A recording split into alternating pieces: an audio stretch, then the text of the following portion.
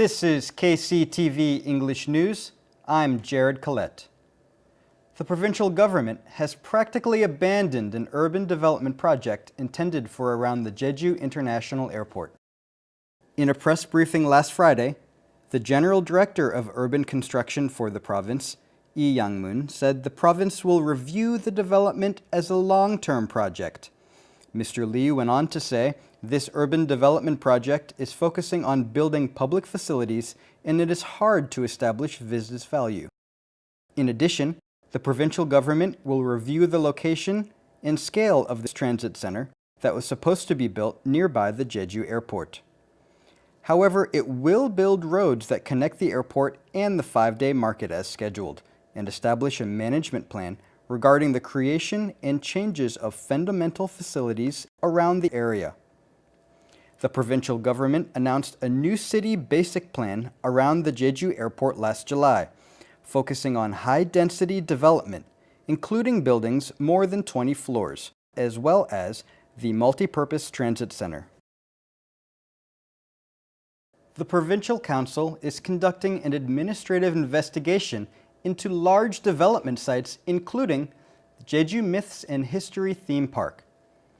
The Provisional Council passed the investigation plan with the unanimous consent of 32 members last Friday. The investigation will be conducted for 1 year through December of 2019, and the scale of the investigation includes 22 sites with more than 500,000 square meters of property. The Special Committee for the investigation will gather information for 1 month in January and launch their investigation, including on-site visits, after the first work report in February. The amount of household loan debt in Jeju has exceeded 15 trillion won.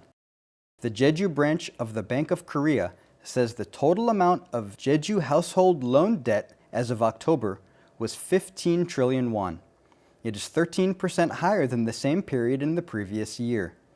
The increase from the previous month grew to 200 billion won from 148.9 billion won.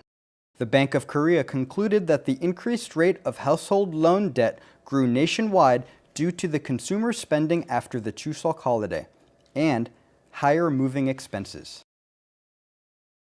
Jeju Mandarin, Nonhyup's signature brand, Bollocho, was awarded the first prize in the Korea First Brand competition for 9 consecutive years. The Korea First Brand competition is hosted by the Committee of Korean Consumers Brands, and Bollocho was selected as the first prize this year in the fruit brands. This is the 9th award in a row since 2011. Last year, Bollocho was awarded the highest honor, the Presidential Award, at the Agricultural Product Power Brand Award ceremony.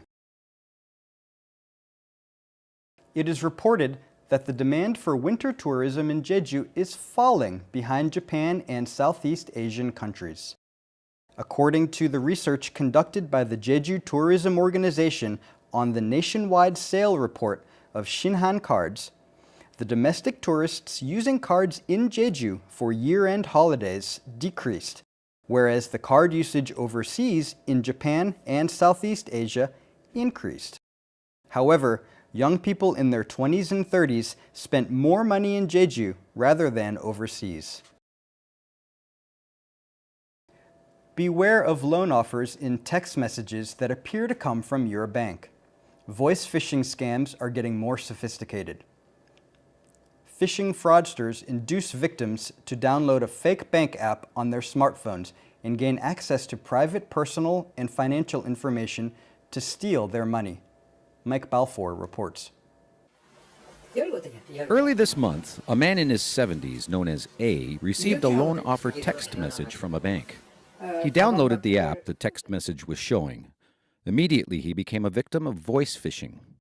An increasing number of victims of voice phishing by text or calls offering low interest rate loans are being reported. The fraudsters steal financial information and quickly transfer the victim's money. For the first 11 months of this year, about 400 cases of voice phishing using the bait of low-interest loans have been reported in Jeju. The amount of money transferred to fraudsters has increased 70% compared with last year and exceeds 3 billion won. When the app is downloaded, a smartphone is infected with a malicious code. The malicious code intercepts calls to the Financial Supervisory Service and police to make it difficult for legal authorities to monitor, trace, or block loan scams. 대출을 해주겠다며 앱 설치를 유도하는 대출 상담 전화는 사기로 의심되며 또한 출처가 불분명한 문자 메시지의 인터넷 주소 또는 앱 등을 확인하거나 설치하지 말고 보는 즉시 삭제하여야만이 보이스피싱 피해를 예방할 수가 있습니다. As voice phishing is evolving every day, smartphone users should not download apps that don't clearly provide information on developers and should use the Poll anti-spy app developed by the police to prevent voice phishing. Mike Balfour, KCTV.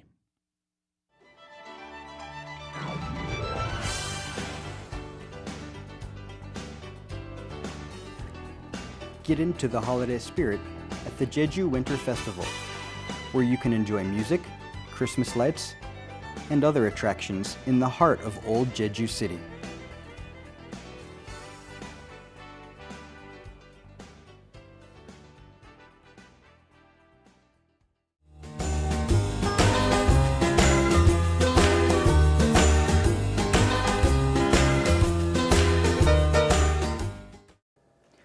We're looking at overcast conditions Wednesday, and there's a 60% chance of a few showers in southern regions and at higher elevations.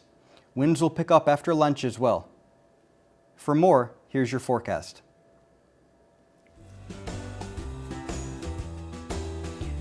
The morning low in Jeju City will be 6 and the afternoon high 9 degrees.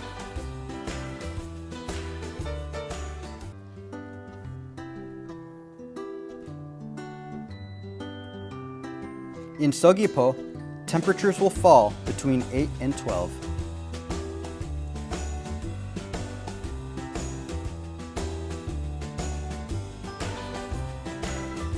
The low in Songsan will be 6, and the high later on, 9 degrees.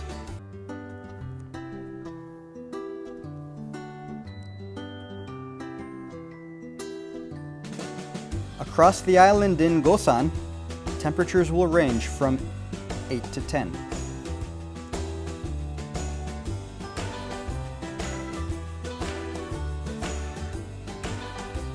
And the morning low at higher elevations like Songpanak will be 2, and the afternoon high 4 degrees.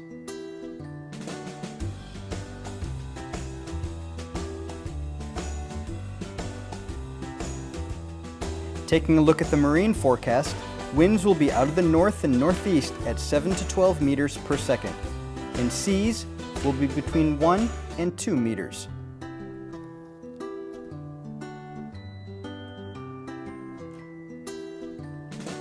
And here's a look ahead.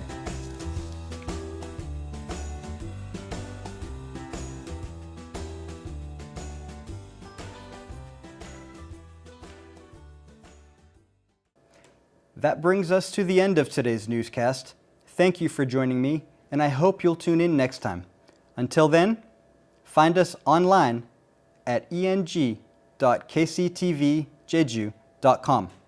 시청자 여러분, 고맙습니다.